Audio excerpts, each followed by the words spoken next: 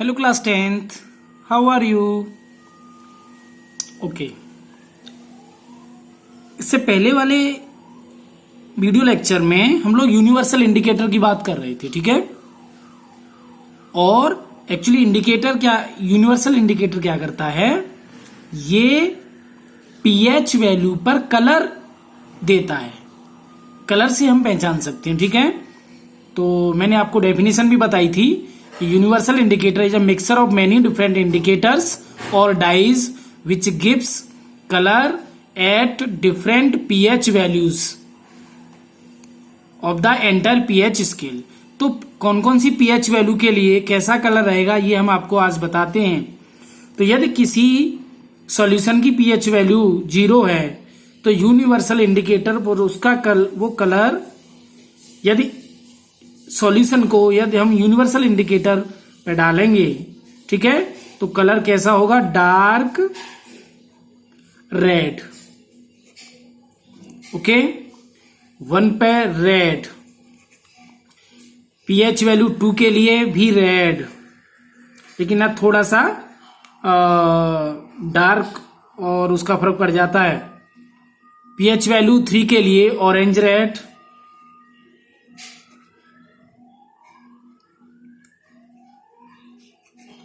PH value 4 के लिए orange, 5 के लिए ऑरेंज येलो,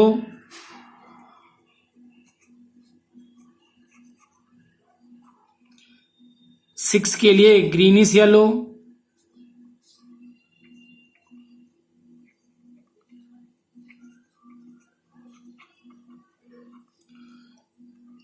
7 के लिए एग्जैक्ट ग्रीन। ग्रीन मीन्स यदि जैसे वाटर है, वाटर को यदि हम उस यूनिवर्सल इंडिकेटर पर डालेंगे तो उसका कलर कैसा हो जाएगा, ग्रीन। ओके, और 8 पर greenish blue,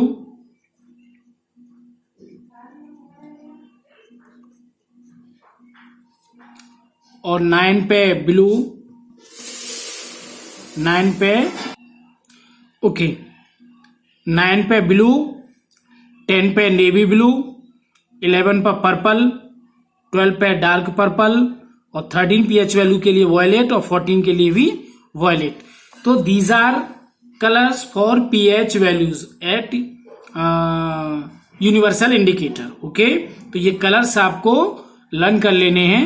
dark red, red, red, orange red, orange, orange yellow, greenish yellow, greenish, greenish blue, blue, navy blue, purple, dark purple, violet and violet.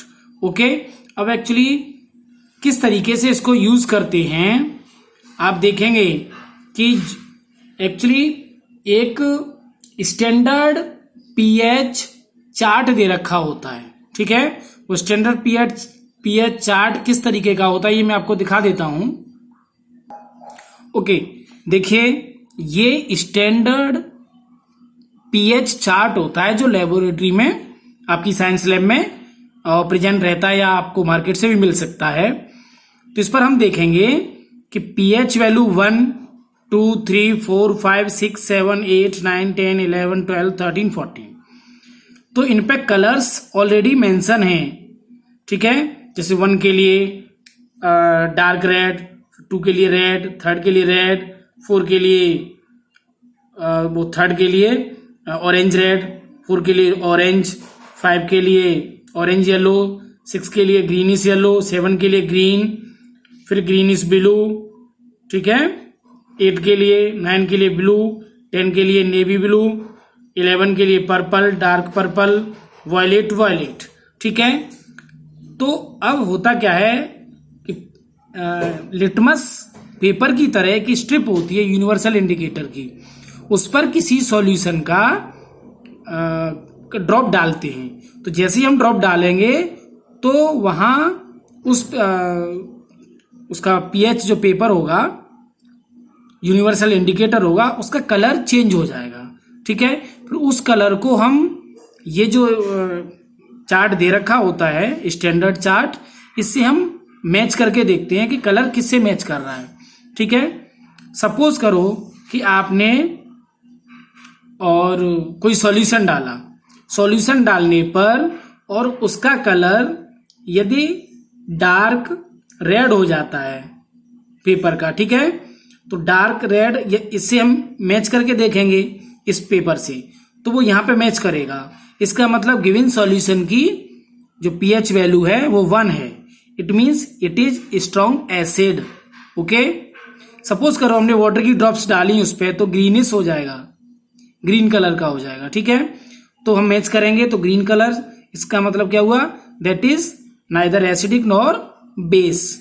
Okay, और यदि हमने एक ऐसा सॉल्यूशन डाला है जिसकी पीएच जिससे कलर वायलेट हो जाता है, तो वो उसकी पीएच वैल्यू 14 मीन्स वो स्ट्रॉन्ग बेस होगा, ठीक है। तो इस तरीके से हम पता कर सकते हैं कि गिवन सॉल्यूशन इज एसिडिक और बेसिक। एसिडिक में भी मोर एसिडिक या वीक एसिड, ओके, और मोर बेसिक और वीक बेस। इस तरीके से हम किसी भी सॉल्यूशन को इस यूनिवर्सल इंडिकेटर के थ्रू जान सकते हैं, पता कर सकते हैं। ओके, तो आपको समझ में आया होगा किस तरीके से पीएच वैल्यूज और यूनिवर्सल इंडिकेटर का यूज हम एसिड और बेस फाइंड करने में करते हैं, ठीक है। चलिए, ओके, अब हम बात करेंगे importance of pH in everyday life, कि पीएच वैल्यू का हमारे रोजाना के जीवन में क्या फर्क पड़ता है, उससे क्या प्रभाव होता है, ठीक है ना। तो सबसे पहले हम बात करेंगे पीएच इन अवर डाइजेस्टिव सिस्टम। एक्चुअली क्या होता है कि हमारे डाइजेस्टिव सिस्टम में और स्टमक में डाइल्यूट हाइड्रोक्लोरिक एसिड की रिलीज होता है, ठीक है ना, गैस्ट्रिक जूस, जिसमें क्या होता है डाइल्यूट हाइड्रोक्लोरिक एसिड, जो कि फूड को डाइजेस्ट करने में हेल्प करता है, ठीक है। तो the excess acid in the stomach cause indigestion.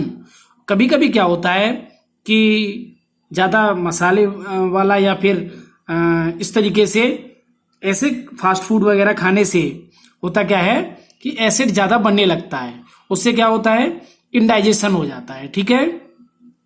तो उसके लिए हम एंटासिड यूज करते हैं। एंटासिड मीन्स जिसमें जैसे इनो वगैरह आती है, आपने देखा हो, जिसमें मिल्क ऑफ मैग्नीशिया, इसका एग्जांपल है मैग्नीशियम हाइड्रोक्साइड, जिसको हम मिल्क ऑफ मैग्नीशिया बोलते हैं, या sodium hydrogen carbonate, baking soda, ठीक है। तो इसे फिर हम पानी में डाल के और पीते हैं, जिससे क्या होता है कि वो उस एसिड को न्यूट्रलाइज कर देता है, ठीक है। दूसरा हम बात करेंगे pH change as the cause of tooth decay, ठीक है।